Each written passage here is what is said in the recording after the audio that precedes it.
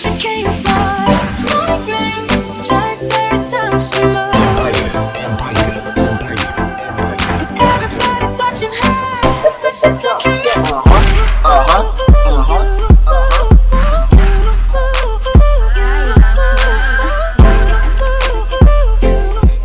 I want to thank y'all so much for tuning in to yet another video. Before I get into this video, you know the drill. Like, comment, subscribe, share, all of it. So in today's video, I wanted to talk about a lot of times people ask me, what can I do to lose weight? What are some of the things you've done? What can help me or whatever. So I'm doing 8 things that you can do to help jumpstart your weight loss journey. And I am looking on my phone because I got it typed out. So just, disregard that. So one of the first things, it sounds very simple, but if you think about it, it's very common. Number 1, when you are full, stop eating. Well, no, not full, but when you are satisfied, stop eating. You know that feeling that y'all get when you done ate too much, you done stuffed yourself after a meal and now you want to go to sleep? Yeah, let's stop doing that. I'm guilty of it. I still do it, probably not every day. I refuse because I hate how my body feels after that. But I will say probably once a month I get that feeling. I'm human, so I'm not gonna sit here and say, yeah, I never keep eating if I'm full, or I'm human, But that is one thing that has helped me tremendously. I'll stop eating when I feel myself, okay, I'm not hungry anymore. I feel satisfied. Or I think I'm about to get full. Like, I'm stopping immediately. So if you want to implement that, that'll help. Number 2, you can still enjoy your bad snacks, foods, or whatever, the foods that people, deem as bad foods. You can still enjoy those, but do it in moderation and pick the least bad or the ones with the least calories. So say for instance, I have this candy over here and I have this other candy over here, right? Say for instance, you normally would get maybe like the king size, or you maybe would get the one with like the most calories or whatever. I in for the regular size, or the one with the least calories or whatever. You can still enjoy that, but just in moderation. Just do the smaller portions, or if it comes in multiple servings, just only do the suggested serving size. Also, when you get in like your drinks, anything that you like sodas or anything like that, opt in for the diet or the light sodas versus the regular ones. A lot of these diet drinks that they sell in these stores, they taste just like the regular ones. They taste just like it. Some of them do have a little difference, but some of them taste just exactly like it. So and you'll save yourself some calories. So that way you're not drinking all your calories, and you can actually save some of your calories for food versus, oh, this drink over here is 400 calories, which is a high amount for a drink, but this drink over here is like 400 calories, but if you get the light or the diet, it may be like 50 calories, and you can enjoy actual food for the rest of those calories if it's within your daily intake.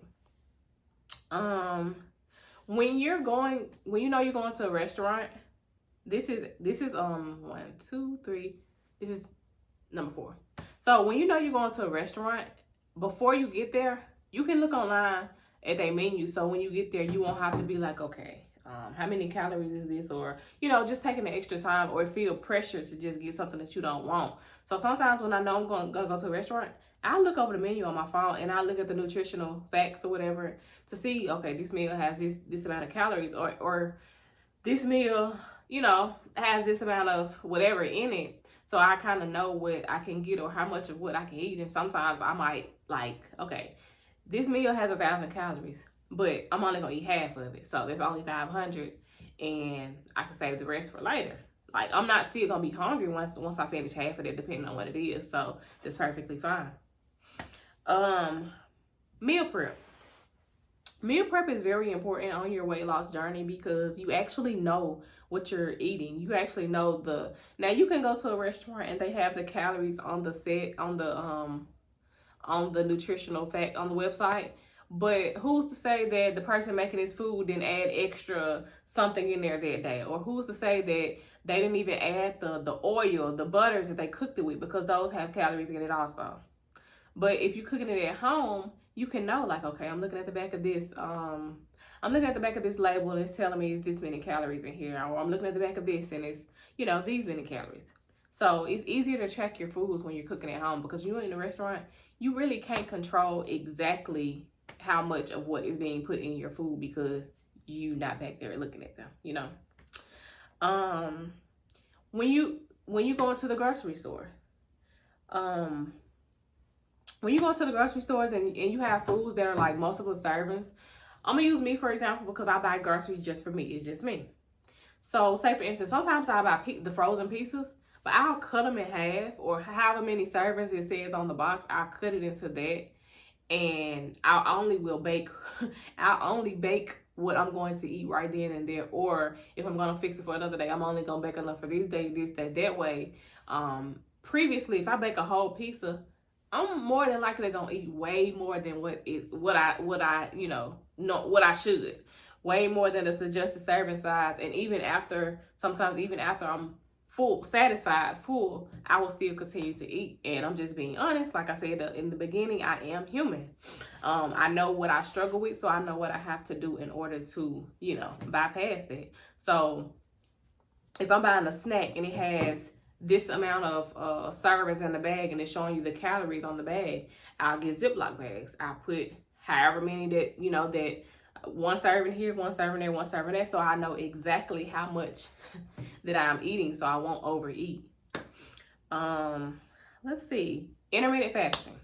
So intermittent fasting, for those of you who may not know, basically you're only eating within a certain window. 16 hours with no calories. When I'm intermittent fasting, I drink water within those 16 hours, but that's it. Some people do black coffee, but I can't drink coffee black, so I just won't have it. So I'll do water, but within the extra 8-hour time period, those are the time frame that I use to actually get my meals in, to get my food in. So and it may seem like, okay, 16 hours no food, but you sleep for half of those hours depending on your sleep schedule. But I'll do that. And when I was consistently intermittent fasting, I typically only had one meal per day. And it's not because I forced myself to, I'm only gonna eat one meal. I wasn't hungry, and that honestly helped. That helped my weight loss also, because I was only eating during a certain time frame. And yeah, but I will say, before you just jump right into it, do your own research on intermittent fasting. I am not a nutritionist. I am not a nurse or whatever. So do your own research on this, but I'm just telling you what worked for me. And number 8, you don't necessarily have to sit around and count every single calorie. Let me look at this calorie. Let me input this in this app. I have the app that you can track the calories and all of that, but I probably open the app maybe twice a month. And I'm just being honest. Like I have a lot going on already. So as far as to try to remind myself, okay, let me put this meal in here, let me put that meal in there. It's not easy to remember to do all that, especially when you got a lot going on. You don't necessarily have to sit and track every calorie, but you do need to be mindful of it. So say for instance, okay, I only want to roughly have X amount of calories per day. So you can be mindful of, okay, this has this many calories, so I don't need to eat too many of these. Sound like somebody was outside in my window. But yeah, this has X amount of calories, so I don't want to eat too many of these. Just being mindful. Me personally, I try not to consume more than 1,500 calories per day. That number does not work for everybody, and that number actually will change once you do, get certain levels in your weight loss journey, start implementing working out, lifting, and all of this. And that number is probably gonna change for me very soon because I'm trying to get more consistent in the gym. But that's a story for another video. But yeah, so I named 8 things that hopefully will help somebody jumpstart their weight loss journey that helped me. I have lost over 50 pounds. And I plan on losing about, I don't know, maybe about 15, 20 more in body fat, but I also want to gain muscle. So I really can't say what number I really want to be. I'm currently around 160. I kind of want to be around 145, but when I gain muscle where I want it, we'll see, you know. But nevertheless, hopefully that will, oh yeah, I did forget to add something.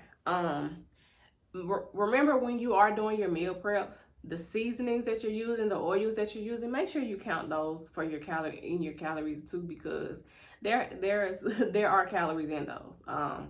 Now, another alternative that you can, you know, so you won't be wasting calories in your oils or your butters, you can use the cooking spray. Most of those have 0 calories, but you guys have to read the label, of course. But yeah, I think I covered pretty much everything. And if you did enjoy this video, I want to say thank you for tuning in this far. Please make sure you like, comment, subscribe, and thank y'all so much. This is what you came for. Migraine, stress every time she moves. Everybody's watching her, but she's looking